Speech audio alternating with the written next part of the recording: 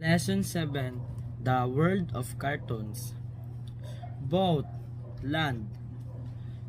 Did you laugh when you saw the cartoons above? If so, the cartoonist was successful. Cartoonists are the people who make cartoons. They want to catch your interest and usually make you laugh with simple language and creative drawings. People have made cartoons for hundreds of years. There are many type of cartoons and they play different rules. One form of cartoon is a picture with a few words. It is sometimes called a gag cartoon. The cartoonist makes a funny character, and the character makes you laugh by doing or saying silly things. Another type of a cartoon is a caricature. In a caricature, some part of a character are different or bigger than usual. Look at the picture on the right. Which part of the man's face jump out at you? Artists have used this type of cartoon to make fun of well-known people. When several cartoon pictures come together and tell a story, we have a comic strip. Comic strips have been a newspaper for many years. They are often just amusing stories. People have also used comic strips for education. Comics can make information clearer and easier to learn. You have probably seen comic history or science books. You have surely seen many cartoon movies or animated movies too. These are very popular among people of all ages. Movement and sounds are added to pictures so they come alive.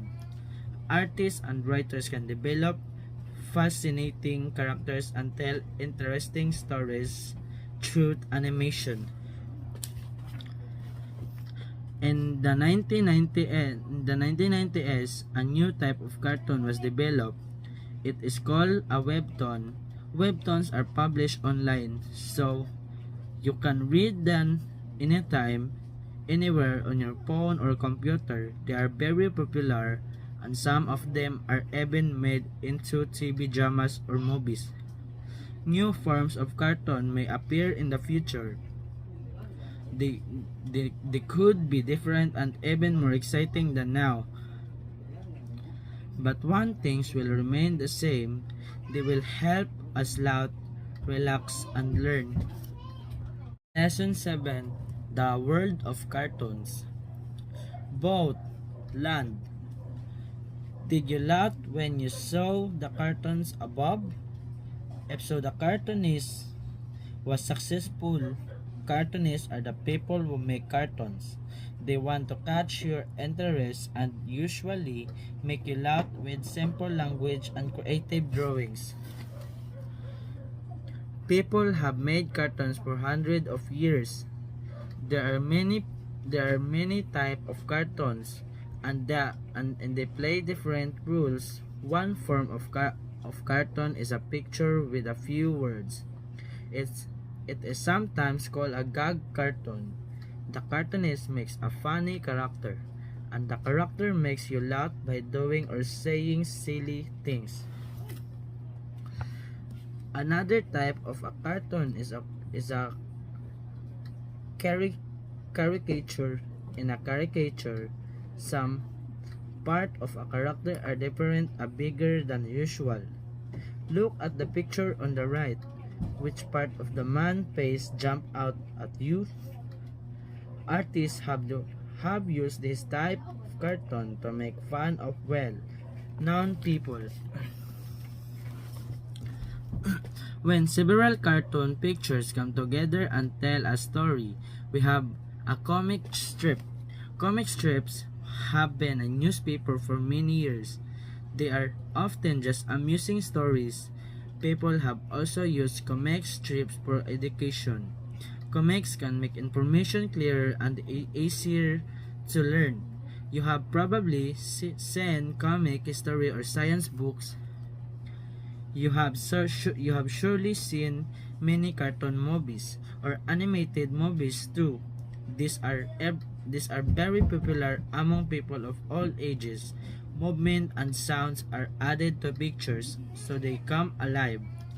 Artists and writers can develop fascinating characters and tell interesting stories through animation.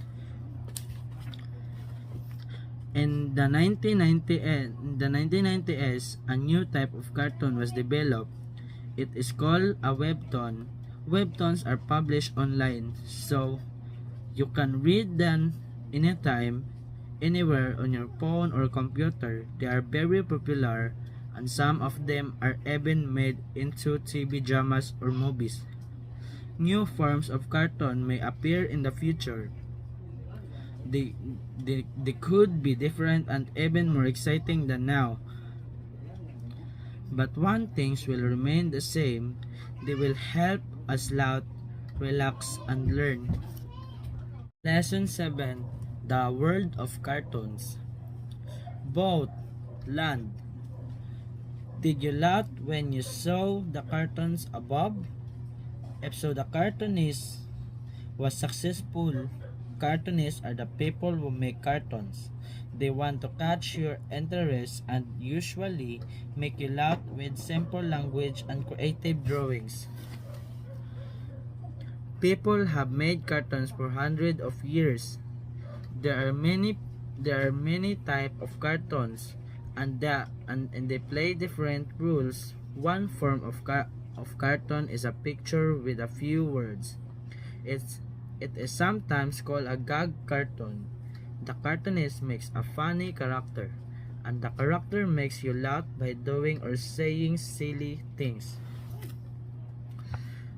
Another type of a cartoon is a caricature. In a caricature, some part of a character are different or bigger than usual. Look at the picture on the right. Which part of the man's face jump out at you? Artists have used this type of cartoon to make fun of well-known people. When several cartoon pictures come together and tell a story, we have a comic strip. Comic strips have been a newspaper for many years. They are often just amusing stories. People have also used comic strips for education. Comics can make information clearer and easier to learn. You have probably seen comic history or science books. You have surely seen many cartoon movies or animated movies too. These are very popular among people of all ages. Movement and sounds are added to pictures so they come alive. Artists and writers can develop fascinating characters and tell interesting stories through animation. In the 1990s, a new type of cartoon was developed. It is called a webtoon. Webtoons are published online, so you can read them anytime, anywhere on your phone or computer. They are very popular, and some of them are even made into TV dramas or movies. New forms of cartoon may appear in the future. They could be different and even more exciting than now. But one thing will remain the same. They will help us laugh, relax, and learn. Lesson 7. The World of Cartoons. Boat, land. Did you laugh when you saw the cartoons above? If so, the cartoonist was successful. Cartoonists are the people who make cartoons. They want to catch your interest and usually make you laugh with simple language and creative drawings. People have made cartoons for hundreds of years. There are many type of cartoons and they play different rules. One form of cartoon is a picture with a few words. It's It is sometimes called a gag cartoon. The cartoonist makes a funny character, and the character makes you laugh by doing or saying silly things. Another type of a cartoon is a caricature. In a caricature, some part of a character are different or bigger than usual. Look at the picture on the right. Which part of the man's face jump out at you?